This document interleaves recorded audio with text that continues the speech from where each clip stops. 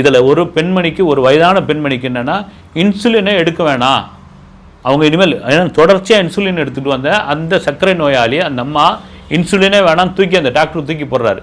காரணம்னா உங்களுக்கு அருமையாகி போச்சுமான்னாரு.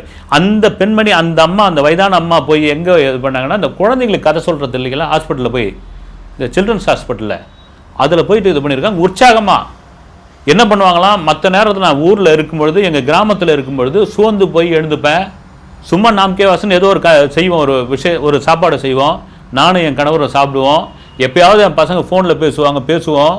அந்த பேச்சு அத்தனையும் வந்து ஒரு மாதிரி பொய்யான பேச்சாக இருக்குது. எங்களுக்கு நல்லா தெரியும், எங்கே இருந்தாலும் நல்லா இரு ராஜா மகாராஜா அப்படின்னு சொல்லி நாங்கள் வாழ்த்துவோம். ஆனால் எங்களுக்குள்ள ஒரு இறுக்கம் இருந்துக்கிட்டே இருக்கும். ஆனால் இங்கே வந்த பிறகு அந்த இறுக்கம் சுத்தமாக போயிடுச்சு. வெடிகாலம் எழுந்துக்கிறோம்.